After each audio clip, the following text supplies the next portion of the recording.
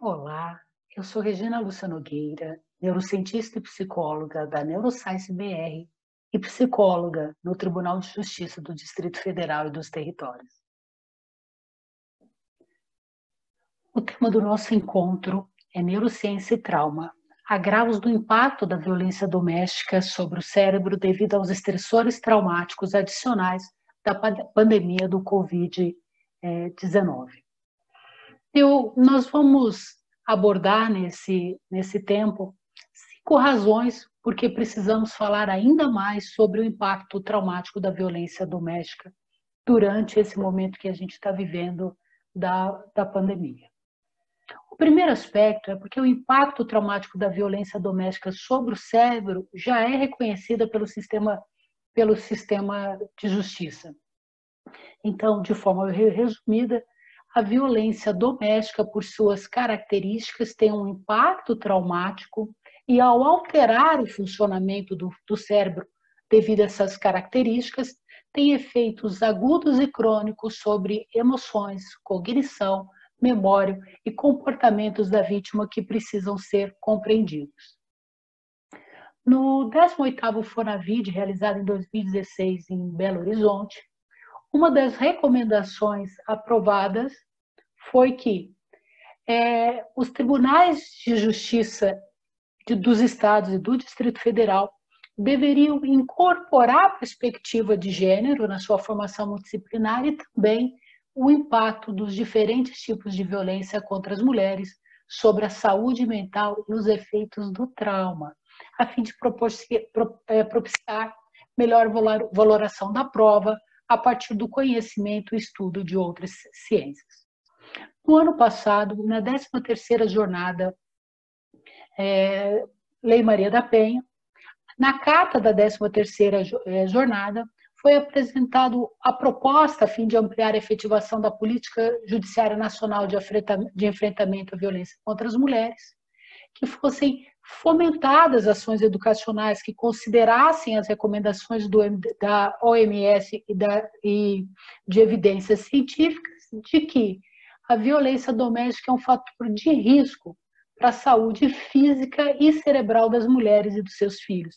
E aqui houve um avanço ao usar o termo cerebral no local da palavra mental, porque a palavra mental às vezes não permite uma real compreensão do impacto dessa violência, de que ela de fato está alterando o funcionamento cerebral e com isso tendo várias consequências, incluindo diferentes psicopatologias, além de outros impactos sobre a saúde.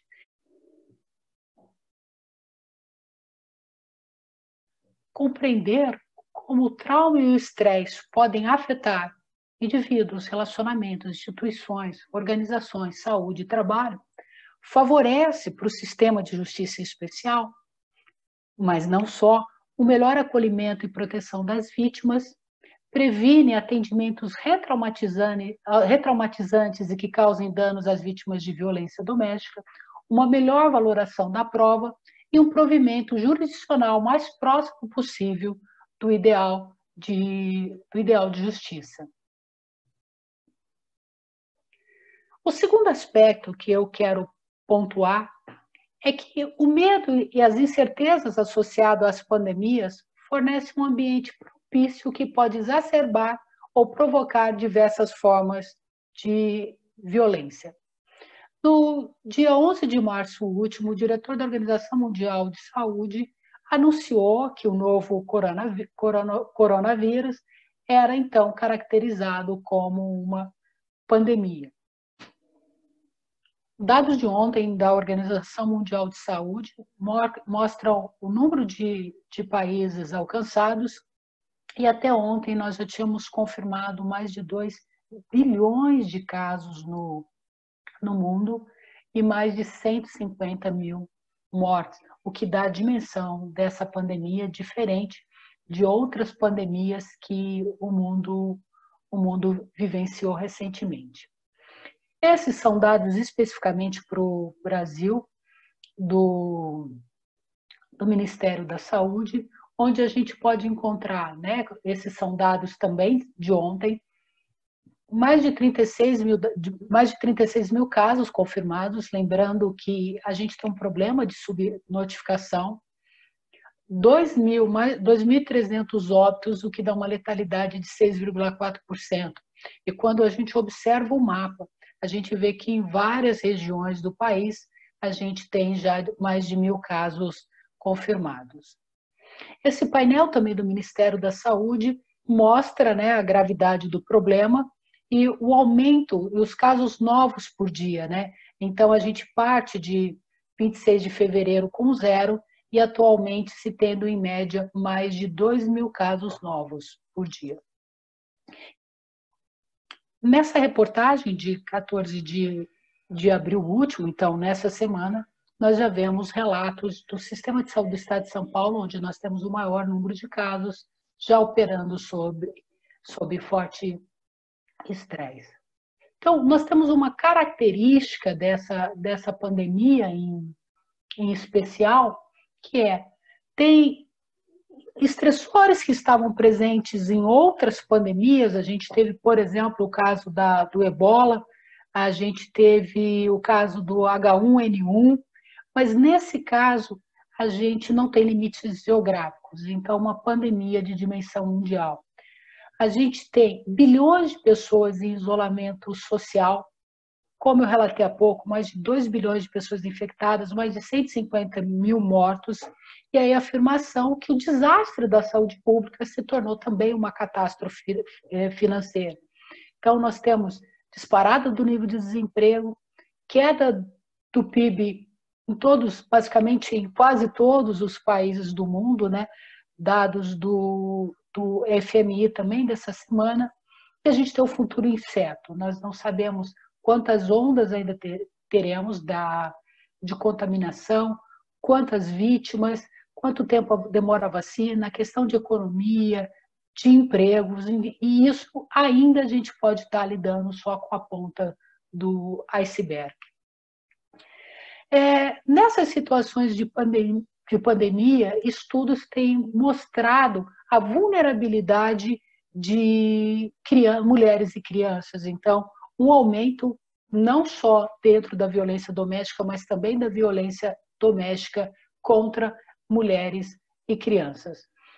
E aqui uma das questões, né, é a questão do cuidado. Pô, quando a gente pensa nos pacientes pandêmicos, eles precisam de cuidados. Quando a gente pensa nas pessoas idosas, eles precisam de cuidados. Quando a gente pensa nas crianças que estão sendo mantidas em casas, estão longe da escola, elas precisam de cuidados. E todo esse cuidado e esse trabalho de cuidar não é remunerado, recai mais sobre as mulheres devido à estrutura existente de força de trabalho e mais as questões socioculturais. E aqui vem já lance de publicando também agora em abril um artigo importante sobre as dimensões de gênero do Covid-19. Então, esse artigo traz que as mulheres vão carregar uma carga diferente do Covid-19. Então, pontuando que as desigualdades vão afetar desproporcionalmente seu bem-estar e resiliência, inclusive a resiliência econômica durante os bloqueios, durante o isolamento. E aí ele diz, a família toda está em pressão, mas os cuidados com as crianças, os cuidados com os idosos, os cuidados com as tarefas domésticas tendem a recair sobre a mulher. Então a gente vê por várias fontes de informação e de pesquisa isso sendo pontuado. E aí a preocupação com o aumento da violência doméstica e mais serviços de saúde sobrecarregados, instituições de caridade com poucos recursos, serviços de saúde social e reprodutiva das mulheres também interrompidos. Então, um efeito em cadeia. E, de novo, se a gente volta para o estudo lá do Albuquerque Neto, a gente tendo a rede secundária precarizada. Esse um outro estudo, também publicado agora em abril, fala sobre centrar a saúde e a justiça social e reprodutiva na resposta global ao Covid-19. Então, um aspecto que eles vão trazer é que as mulheres são prestadoras de serviços de linha de frente. Então, aqui vem o dado que 70% da força global em saúde e assistência social é feita por mulheres que, em regra, estão tendo além do seu trabalho, né, na assistência social, na saúde, tem todo o seu trabalho em casa, e lembrando que ela realiza mais de 3 vezes trabalhos não remunerados que os homens. E aqui é um dado que é assustador, baseado em outras crises humanitárias, mostrando que nessas situações se identificou acesso reduzido a serviços de planejamento familiar, aborto, a pré-natal, a tratamento de HIV, a violência baseada em gênero, a saúde mental. E aí a gente vai ter taxas e sequelas aumentadas. Olha o que nós estamos falando, mesmo pós-Covid-19, mesmo pós-pandemia, os desafios que nos aguardam. Então, gestações indesejadas, abortos inseguros, infecções sexualmente transmissíveis, complicações na gravidez, aborto espontâneo, transtorno de estresse pós-traumático, depressão, suicídio, a própria violência por parceiro íntimo e mortalidade materna e infantil. Então, em relação ao impacto do Covid-19 sobre a saúde das mulheres, a gente também está olhando nesse momento apenas para a ponta do iceberg. Bom, nesse estudo, né, então todos eles publicados nesse ano, falando sobre qual é a prevalência e preditores de sintomas de estresse pós-traumático durante o surto de Covid-19. A gente está sendo publicado muitos estudos ainda com a realidade da China, mas é interessante que os estudos que começam a pontuar diferenças de gênero. Uma das críticas que tem sido feita ao estudo de outras pandemias é que muitas vezes a variável gênero não foi considerada, o que dificultava um entendimento mais ampliado e um entendimento mais real sobre o impacto dessas pandemias sobre as mulheres. E olha que interessante, quando se fala de sintomas de estresse pós-traumático, a gente tem que as mulheres relatar esses sintomas mais altos e significativos no que diz a experimentar a experiência traumática, alterações cognitivas na cognição, humor ou hiperexcitação. Todos esses são sintomas de estresse pós-traumático. E aí a gente tinha um dado importante que quem tinha melhor qualidade de sono, uma menor frequência de despertares, que eles chamam iniciais, relataram menor TEPT. Agora imagina, a gente pensar em qualidade de sono em mulheres sobrecarregadas e cobradas da forma que a gente relatou. E aí, o que eu quero, né? Finalizar esse nosso encontro, né? Em tempos de coronavírus, todos nós precisamos da nossa rede social. No entanto, né, ao longo dessa nossa conversa, foi muito importante a gente pontuar a importância maior dessa rede social para mulheres e ainda mais para mulheres vítimas de violência.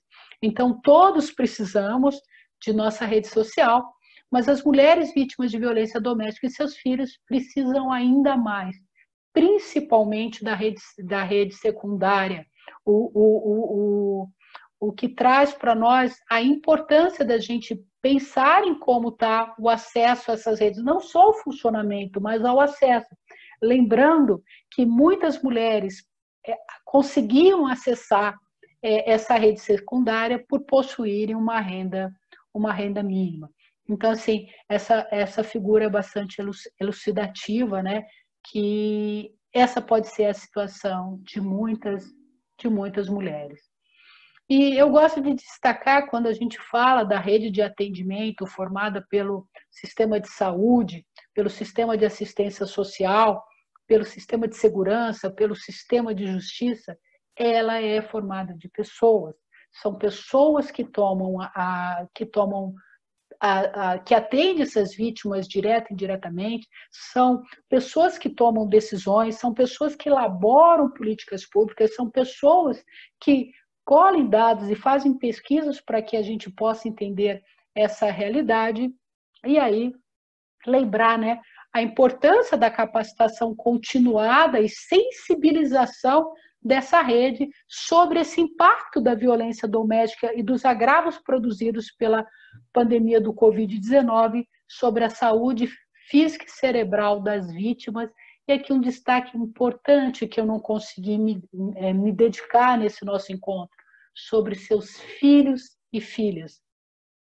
Os filhos e filhas, eles são impactados por essa violência sofrida pelas mulheres. E com isso termina o nosso encontro. Muito obrigada.